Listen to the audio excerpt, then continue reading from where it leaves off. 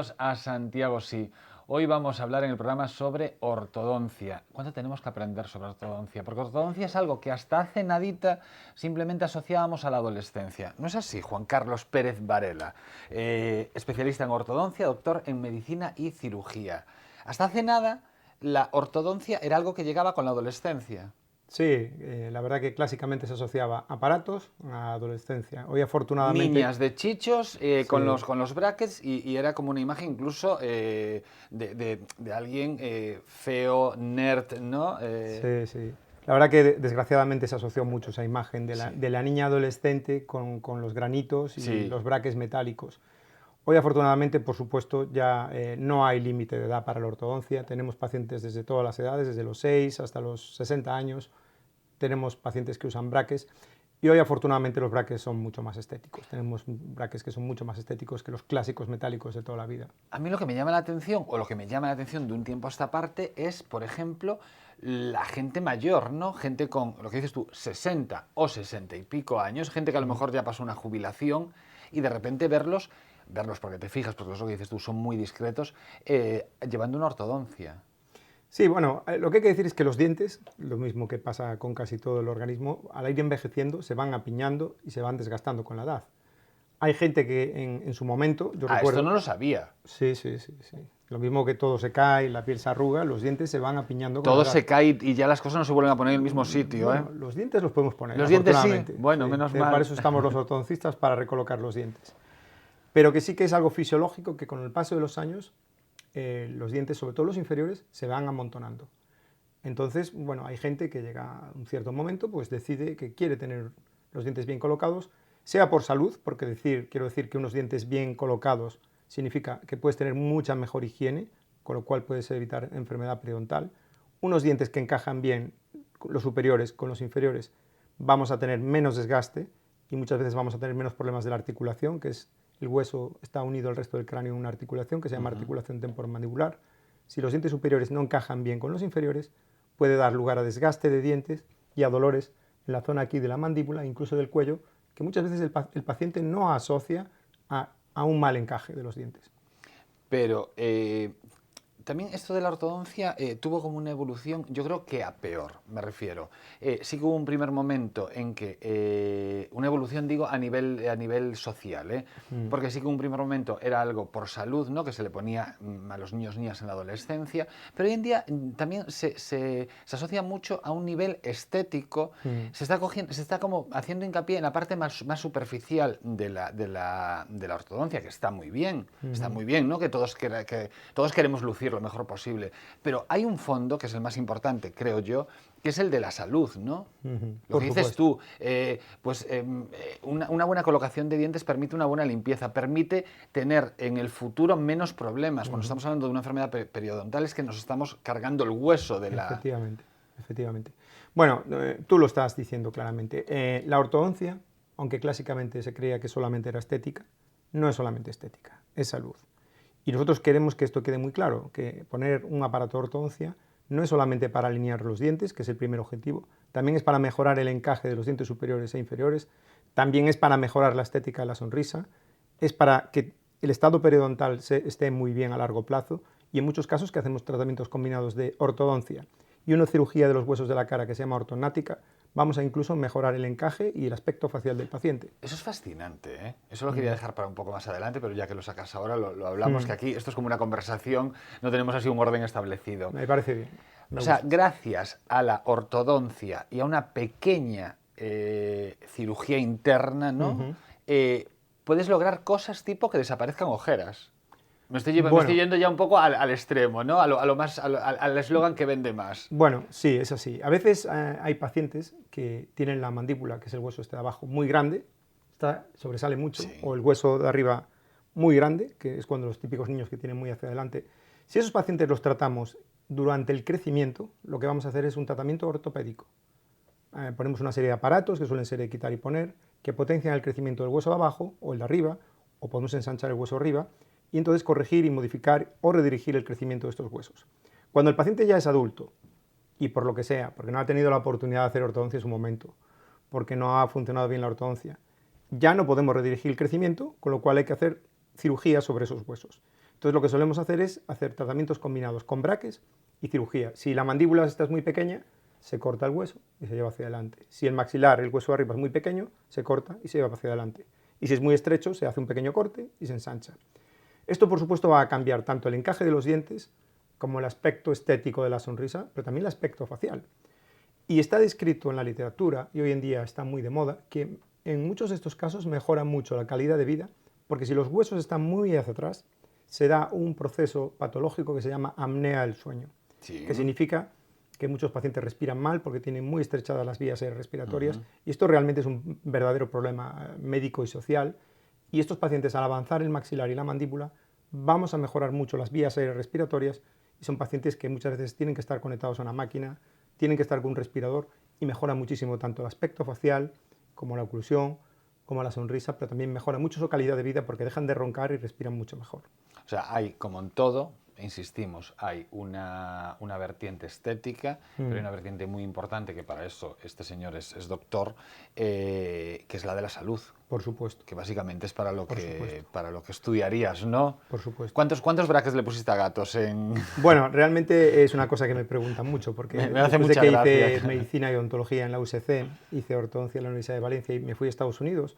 Yo en aquel momento, cuando estaba en Valencia haciendo ortodoncia, el que era mi jefe allí, que se llamaba José Antonio Canet Brusela, al cual le debo mucho de mi formación, pues yo leía artículos de un autor americano que tenía un nombre muy raro, que se llamaba Zeb Davidovich. Ajá. Por supuesto, era de origen judío.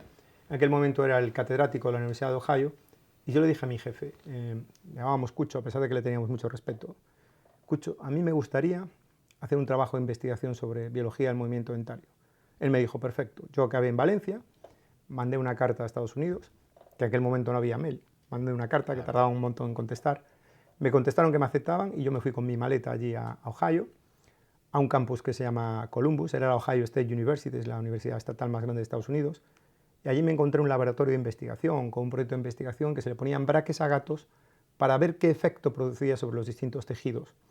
Y era curioso porque, claro, para valorar los efectos de la ortodoncia, los dientes tenían que estar muy limpios, con lo cual teníamos que cepillarle los dientes todos los días a los gatos. La verdad que fue una experiencia muy buena, y Zed Davidovich, que era de origen judío, como muchos profesores e investigadores de Estados Unidos, tenía una historia muy curiosa porque él había estudiado odontología en Tel Aviv, su padre era dentista en Tel Aviv, se había ido a hacer en Harvard ortodoncia y se había quedado de chairman de distintos departamentos de Estados Unidos. Y de hecho varios de los biólogos que había allí también eran de origen judío. Y todos se contaban las historias familiares, que son, la verdad que siempre que me encuentro judíos por el mundo, es curioso las historias que cuentan de pues, cómo han ido migrando claro. y algunos durante la Segunda Guerra Mundial han ido a Estados Unidos y te cuentan todas sus historias Al final familiares. tú también hiciste un círculo, ¿no? de migración, volviste otra vez a... Es más, acabas de volver exactamente a donde vivías antes, Sí, ¿no? sí. Sigues al espacio físico, que es bueno, en el centro de la ciudad, pero es lo que dices tú, Santiago, Valencia, Estados Unidos, vuelves aquí, y después de todo ese recorrido tienes la espinita clavada que en España todavía no se reconoce la especialidad de ortodoncia. Sí, es curioso. Bueno, decir que soy el presidente de la Asociación Española de Especialistas y nosotros estamos constantemente luchando porque se reconozca la especialidad en España, porque solamente España y Austria son los únicos países donde se reconoce la especialidad. La especialidad de ortodoncia es una especialidad como puede ser pues, la ginecología, la oftalmología. Hoy en día un odontólogo que hace una carrera de 5 años termina la odontología, tiene su título de odontólogo, y normalmente lo que se hace es una formación universitaria o en centros acreditados durante 3 años para ser especialista. No está reconocida, aunque sí que hay centros donde se forman especialistas en España. El Ministerio no te emite un papel que dice especialista en ortodoncia, lo mismo que te lo puede dar de especialista en ginecología o oftalmología. Lo que supone es que muchos españoles o jóvenes que acaban sus másters de especialización en España, cuando van a trabajar a Europa, muchas veces tienen muchos problemas. Recibimos muchas cartas en la Asociación Española de Especialistas en Ortodoncia pidiendo apoyo porque no pueden trabajar de especialistas, tienen que trabajar de odontólogos generales. Entonces nosotros creemos que no es justo que solamente por la falta de un reconocimiento pues que esta gente no puede trabajar como especialista.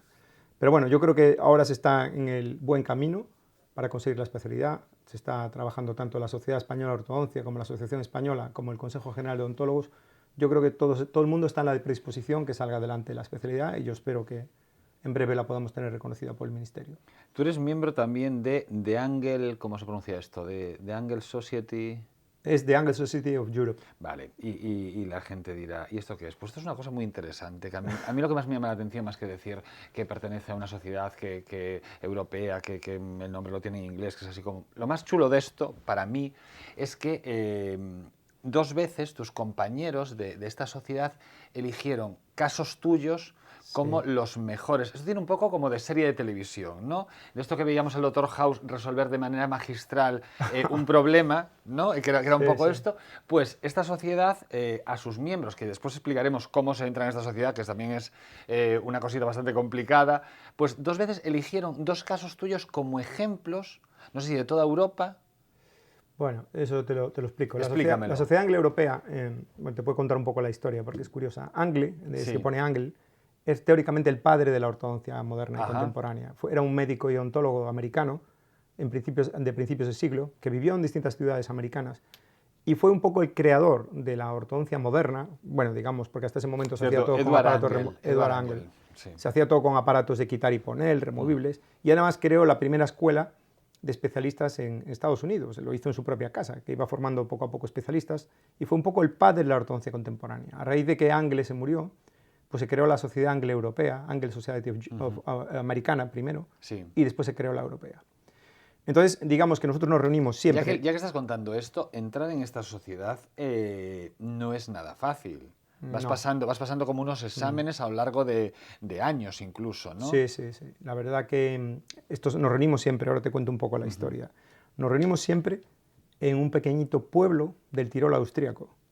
Fíjate tú, no es como el Club Bilderberg ni nada, que no tiene nada que ver, es que parece, pero es un hotel, que siempre es el mismo, en el Tirol austríaco, un pueblecito que se llama Goin, que está al lado de Innsbruck. Viajamos a Múnich en avión y desde allí vamos en coche por las montañas. Allí, como dirían los jóvenes, allí se corta el bacalao de la ortodoncia. Bueno. en ese pueblecito del Tirol. No, es el Club Bilderberg de la ortodoncia ni nada, pero bueno, allí es que prácticamente no hay nada más que hacer que hablar de ortodoncia. Entonces, durante esa semana nos reunimos, tenemos nuestras sesiones clínicas y científicas de 8 de la mañana a 12 y después hasta las 5 o 6 de la tarde. Y también pues estamos una semana entera conviviendo, comemos, cenamos, desayunamos juntos, incluso estamos en el jacuzzi juntos. Entonces nos crea un vínculo como familiar.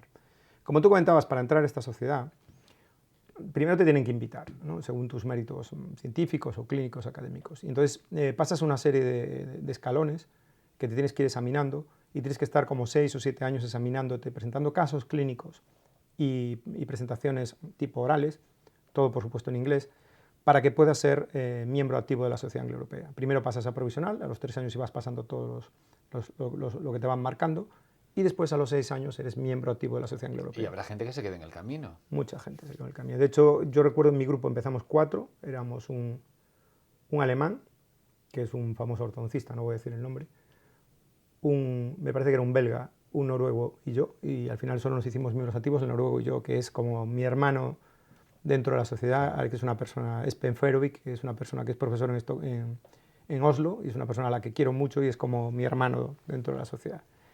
Y la verdad que es un orgullo estar ahí y sobre todo que me ha enseñado muchísimo, he aprendido muchísimo de mis compañeros y año tras año tú te esfuerzas para presentarlo mejor, con lo cual tienes mucha capacidad autocrítica con tu trabajo y tus presentaciones y tus casos, y la verdad que a mí me ha ayudado muchísimo a mejorar y a superarme día a día. Yo le debo muchísimo a la Sociedad Angle Europea. ¿Y 2 años presentaste 2 casos? Sí, después de cuando tú eres miembro activo, todos los años tienes que presentar o un caso clínico o una presentación. Los casos clínicos se dejan en una sala y por votación secreta de todos los miembros eligen cuáles creen ellos que son los casos más interesantes o que les gustan más. Y la verdad que tuve la gran suerte que 2 años pues, eligieron mis casos y los tienes que presentar para discutir en la asamblea.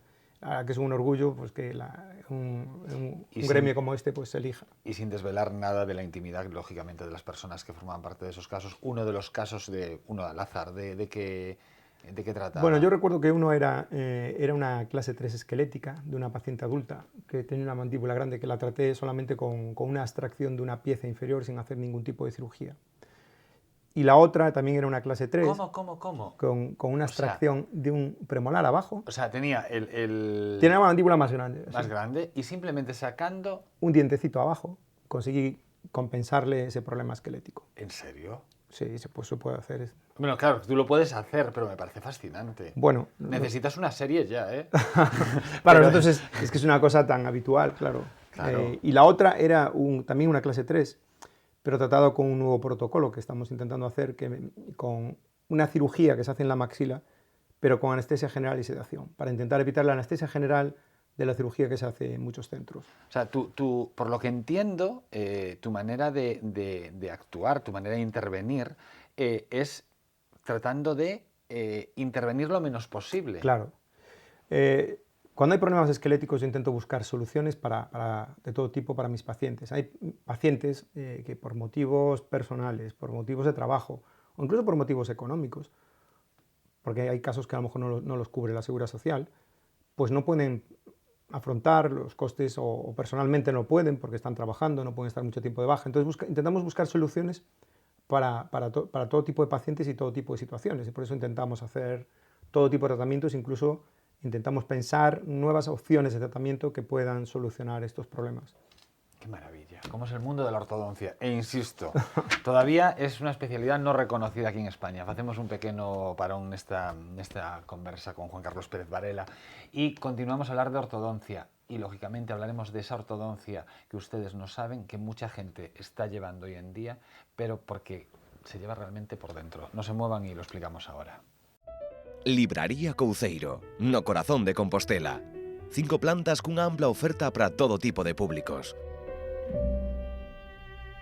Literatura infantil e galega, guías de turismo, novidades en español.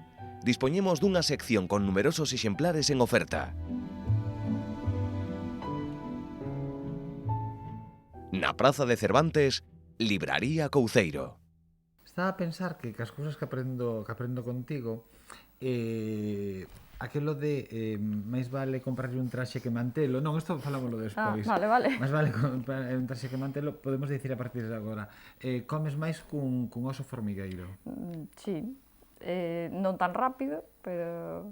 Ti liches o dato? Sí, pero ti liches a velocidade? A velocidade non li o dato que Pois logo falamos un oso disso, sí. formigueiro fai honra do seu nome porque nun día pode chegar a comer 35.000 formigas. 35.000 formigas. Pero date conta que as formigas son pequenas, Xa, muller, pero madriña. Imagínate en pipas. Bueno, despois falamos Despois logo. falamos porque María abriu aí un interese na miña vida que eu descoñecía, que é pola natureza e cada semana está Polos animais. Polos animais, sí. Eu, como vin que che gustaba moito a semana pasada, pois... O semana pasada falamos de ollos, hoxe imos falar de bocas de animais. Pero antes de todo isto imos falar de algo como moi noso, que é a emigración a través dun libro. Efectivamente, Xosé Manuel Núñez Seixas publica en Galaxia O soño da Galiza ideal, estudos sobre exiliados e emigrantes galegos.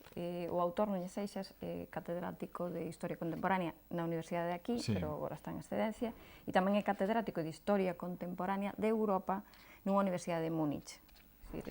El aquí recolle varios recolle seis traballos que foron publicados anteriormente noutros volumes ou en revistas entre o 2001 e o 2015 e que teñen como denominador común pois o que foi o exilio galego. Pero bueno, de moitos puntos de vista, conexións entre o exilio galego e o irlandés, non creo? Sí, en realidad, mira, dos 6 traballos, 3 son específicos de autores referidos a autores galegos, é dicir, Rosalía de Castro e os emigrantes galegos. Sabes que Rosalía escribiu moito alrededor dese tema, sí. a pesar de non estar ela...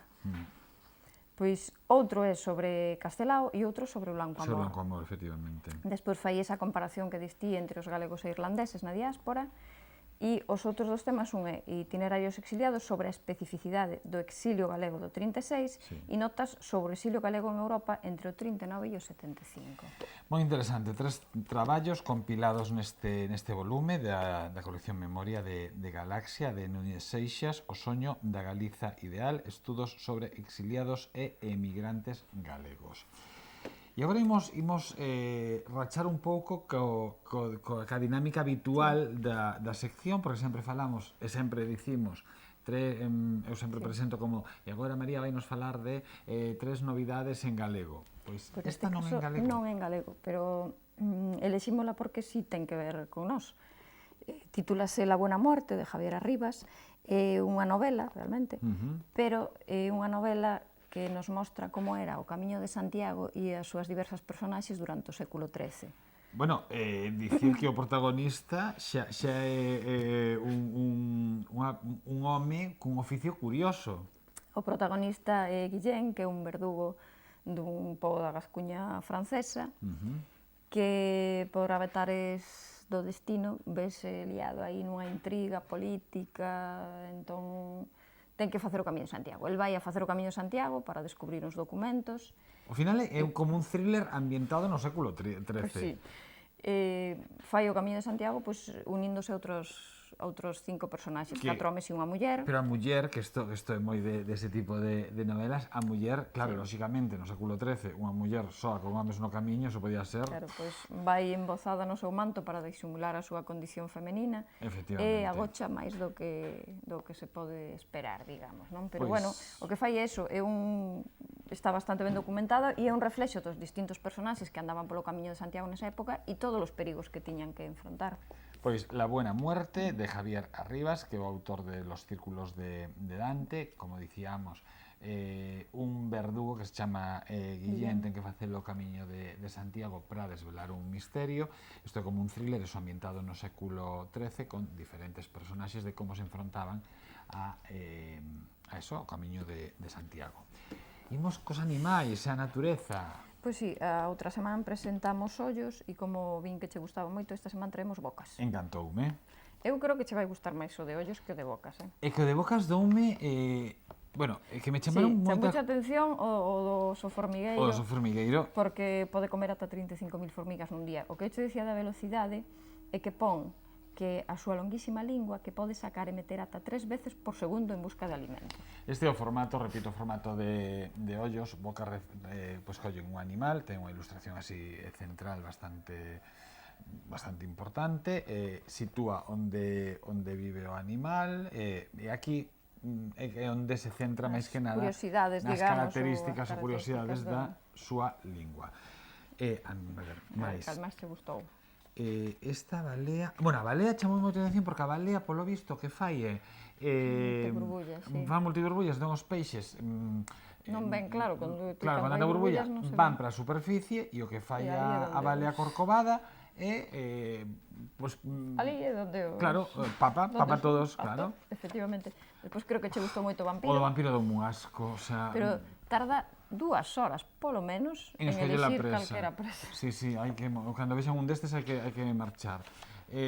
Ornitorrinco tamén tiña algo así como curioso. Non, a mí chamoume a ver. Chamou a atención tamén o flamengo, o da cuberta, que o flamenco de aquí, un flamenco adulto necesita comer uns 50.000 pequenos animais cada día, polo que ten que dedicar moito tempo a procura do seu alimento. Bueno, te queixabas dos 35.000 de formigas, pois 50. Pero hai outro, non sei se era ornitorrinco.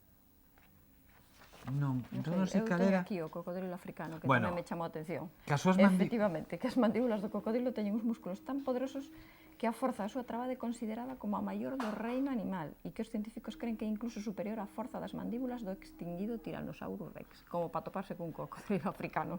O Tyrannosaurus Rex, que nas pelis de Jurassic Park era o peor, pois non, que pensábamos os cocodrilos... Os cocodrilos africanos son peores. Pero había un que non sei cal era, a piraña... a lamprea, que asco.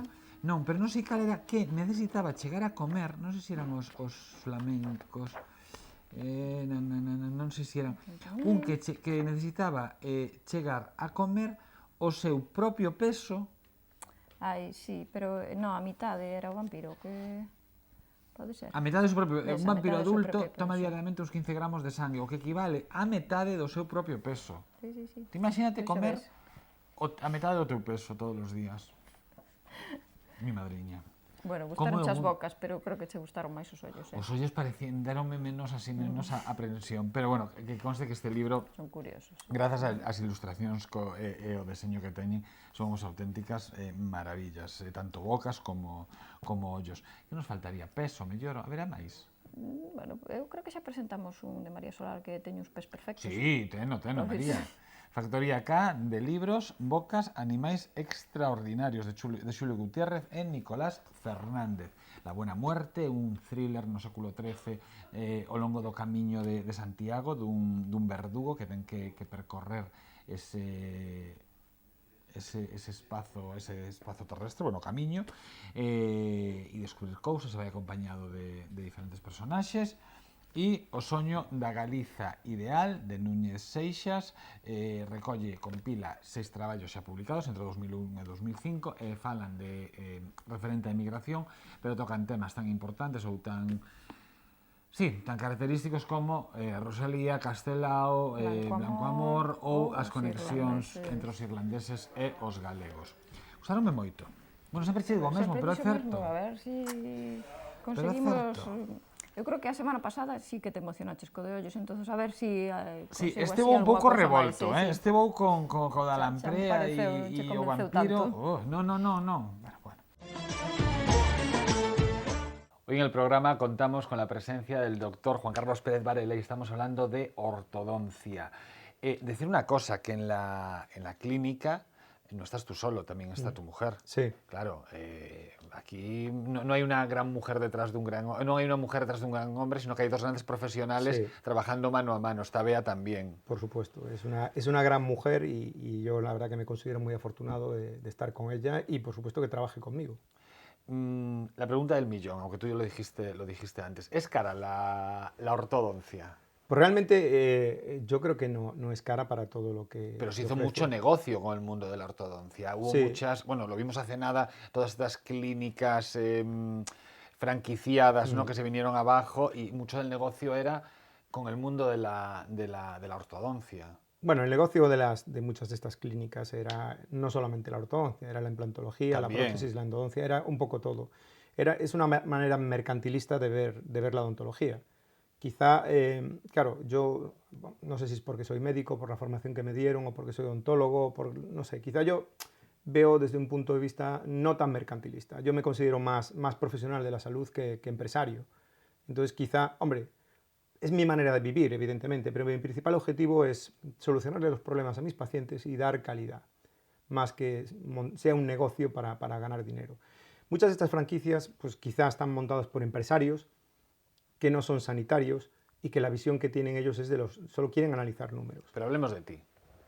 ¿Es caro?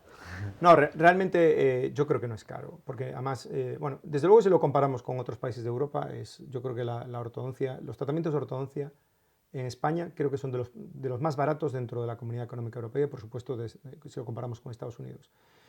Es muy variable el precio de un tratamiento de ortodoncia, no hay un tratamiento estándar. Esto dice, es que un tratamiento de ortodoncia vale 2.000, vale 3.000, pues no, pues es que hay tratamientos que valen 1.000, otros que valen 2.000 y otros que valen 3.000. Bueno, es que aparte tú tratas, y el futuro nos va a llevar a eso, a tratar cada ortodoncia de una manera individual. Claro, por supuesto.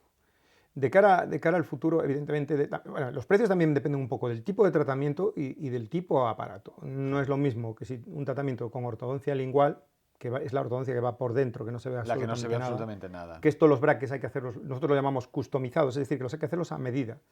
Nosotros hoy en día, como hacemos los braques linguales, que van por dentro, hoy en día tenemos un escáner intraoral, en vez de hacer la pasta esta con el alginato, tenemos una maquinita que tiene una cámara, que la vas pasando por toda la boca, y digitalizamos los dientes.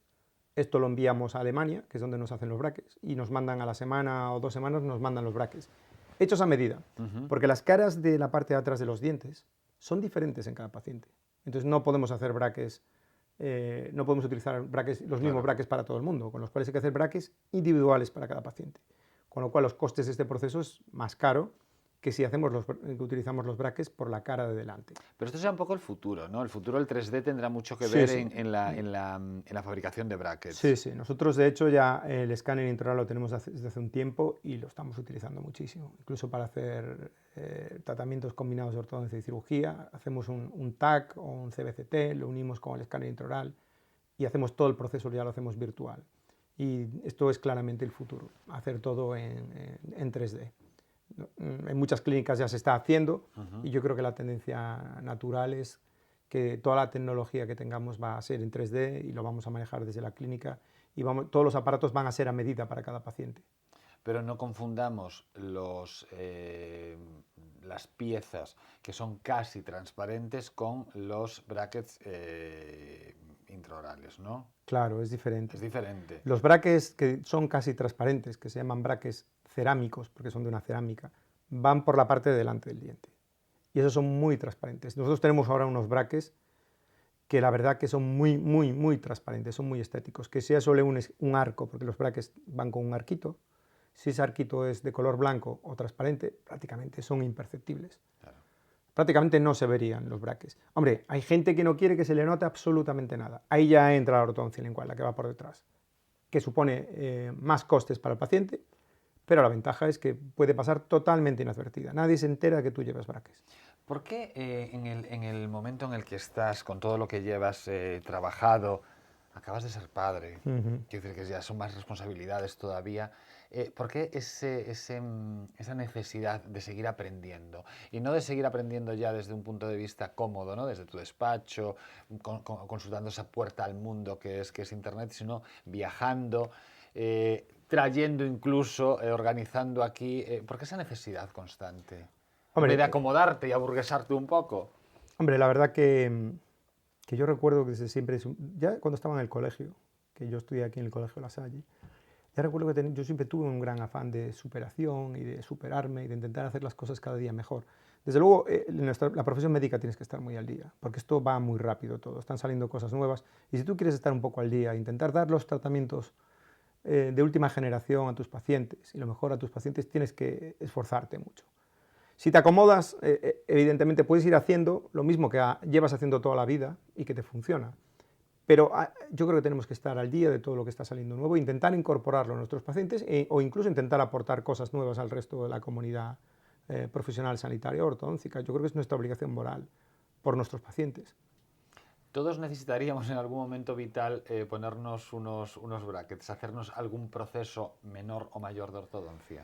Bueno, está claro que, como comentamos antes, que es muy raro el paciente que no necesita ortodoncia, ni desde el punto de vista estético, ni desde el punto de vista de la salud periodontal, ni desde el punto de vista oclusal. Ya te digo que la mayor parte de los pacientes tienen algún grado de apiñamiento, sobre todo los incisivos inferiores. Si tú quieres tener una perfecta higiene de esos dientes, poder cepillarte perfectamente, que no se te queden restos de placa, que no tengas riesgo de enfermedad periodontal, que tus dientes encajen perfectamente, y como no, tener una sonrisa bonita, porque no hemos hablado del valor de la sonrisa, pero la sonrisa tiene un valor indudable en la vida. ¿Cuánta gente se saca fotos medio sonriendo con los labios cerrados, claro, o se tapa la boca? Qué importante es la sonrisa para el día a día de muchas personas. Pues es verdad, la sonrisa transmite felicidad. Cuando somos felices sonreímos. Y yo ahí considero que no es una cuestión estética, considero que es una cuestión de salud psíquica. Sí. Es curioso porque yo a veces veo las fotos de mis pacientes al principio del tratamiento que están sonriendo y al final, y sonríen de distinta manera. Porque una cosa son los dientes estos blanco nuclear totalmente artificiales, que eso no tiene nada... Eso no nos gusta, Nada que ver. Yo todos los odontólogos que conozco, es muy raro que alguno me diga que le gustan los dientes del color de tu camisa. O sea, sí, es raro. Normalmente apostáis por el color que tenga cada uno en su diente. Pero sí que es cierto que una sonrisa es muy necesaria. Para levantarse con una sonrisa y no tener miedo a sonreír. Por supuesto, yo creo que la gente que sonríe más, pues al transmitir felicidad se hace más agradable estar con... Yo creo que todos intentamos rodearnos de gente que nos hace felices, nos da energía positiva, que sonríe más. Bueno, ya desde el punto de vista laboral está más que demostrado que si los empleados sonríen a los clientes, aumentan las ventas. Claro. Esto no me lo he inventado yo. Hay miles de libros como los clásicos de Omandino o del Carnegie que demuestran que aumentan las ventas. E incluso hoy en día lees que es más fácil, en época de crisis es más fácil conseguir trabajo si tienes una sonrisa bonita. Porque todo el mundo, todos los empresarios saben que si un empleado que tiene una sonrisa bonita y sobre todo que sonría más, pues se le va a hacer más agradable a los clientes. Y entonces, pues eso aumenta las ventas. Una cosa tan sencilla como eso. Sonriamos y sobre todo seamos grandes profesionales. Juan Carlos, muchísimas gracias. Gracias a ti. Un placer, como siempre, estar aquí con todos vosotros. Espero que vuelvas, porque era la primera vez que venías aquí y a este programa, sí. y nos quedaron muchas cosas. Pues la verdad que me ha encantado estar aquí y he estado muy a gusto contigo. ¿Cuándo tienes que volver al Tirol? Pues la última semana de enero, siempre es así. La última semana de enero, pues ya tenemos una excusa para que vuelvas y nos cuentes tu nuevo viaje a esa reunión de gurús de la ortodoncia. Que no es el Club Bilderberg, ¿eh? No, que no lo es, que no lo es. Muchísimas gracias. Gracias a ti. Pois esta foi a conversa con Juan Carlos Pérez Varela, que é especialista en ortodoncia e doutor en medicina e cirurxía, aquí en Compostela. Non lle perdan a pista. Nos marchamos, estamos en Santiago, si en Correo Televisión. Sexan moi felices.